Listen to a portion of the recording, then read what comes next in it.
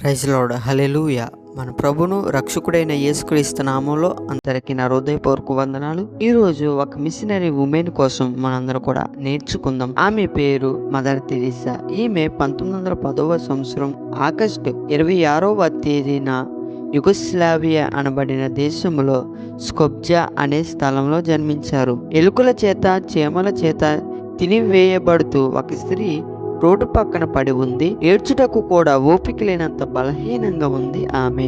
ఆ సమయంలో ఒక దేవదూత వచ్చి ఆమెను భుజములపై ఎత్తుకొని ఆసుపత్రికి తీసుకువెళ్ళింది. వారు ఆసుపత్రి లోపలికి అనుమతించబడలేదు. అయితే ఆ దూత ఎంతో పట్టుబడి కోజాడుట వలన ఆ స్త్రీ ఆసుపత్రిలో చేర్చుకొనబడి చికిత్స పొందింది. కరుణాదూతగా పిలువబడిన మదర్ తెరీసా అటువంటి దిక్కులేని ఎంతో మంది స్త్రీలకు తల్లి అయ్యారు. సహాయం చేయుట అనేది ఆమె ఎంచుకున్న మార్గమో లేక ఇతరులకు సేవలను అందించడం ఆమె యొక్క ప్రధాన కర్తవ్యమో కాదు, కానీ అది ఆమె యొక్క జీవన శైలి.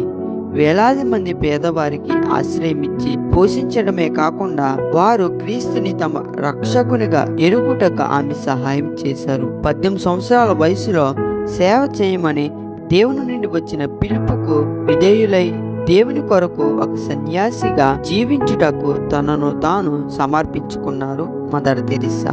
సేవ కొరకై మొదటిగా భారతదేశంలో డార్జిలింగ్ ప్రాంతానికి పంపబడిన ఆమె అటు తర్వాత కలకత్తా నగరానికి వచ్చారు. అక్కడ ఒక ఉపాధ్యాయురాలిగా సేవలను అందించి విద్యాభ్యాసం ద్వారా పేదరికాన్ని పారద్రోలుట కృషి చేశారు. తరువాత కాలంలో ఆశ్రయం లేని వారి కొరకు, ఆకలితో అలమటిస్తున్న వారి కొరకు మిషనరీస్ ఆఫ్ చారిటీ అనే సేవా సంస్థను స్థాపించారు. సమాజంచే తృణీకరింపబడిన వారు, దిక్కులేని వారు, ఇటువంటి ప్రేమానురాగాలకు నోచుకొని వారు మొదలగు వారందరూ ఇక్కడికి ఆహ్వానితులే.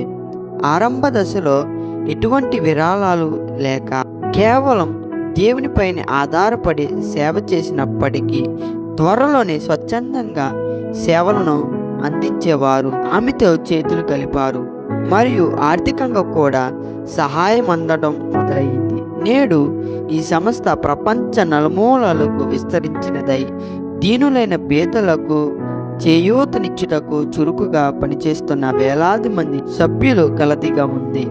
మనమందరం గొప్ప కార్యములు చేయలేకపోవచ్చు, కానీ స్వల్ప కార్యములను గొప్ప ప్రేమతో చేయగలం అని మదర్ తెరీసా స్వయంగా చెప్పిన మాటలు ఆమె జీవితాన్ని ప్రతిబింబిస్తాయి. ప్రియమైన వారులారా, ఈ భూమి మీద దేవుని రాజ్యాన్ని విస్తరింపజేయుటలో మీ పాత్ర ఏమిటి? మదర్ తెరీసాకున్నటువంటి ప్రేమతో నిండిన హృదయాన్ని నాకు అనుగ్రహించుము అని మనందరం కూడా దేవుని సన్నిధికి వచ్చి మనం కూడా ప్రార్థన చేసేవారిగా ఉందాం. ఈ యొక్క మిషనరీ జీవితం వింటున్న వారందరూ కూడా ఏదైనా ఒక విషయం నేర్చుకున్నట్లయితే మాకు కామెంట్స్ రూపంలో తెలియపరచండి. మీ కొరకు మాకు అనుతున్న ప్రార్థనలు మేము ప్రార్థిస్తాం. God bless you. ఆమేన్.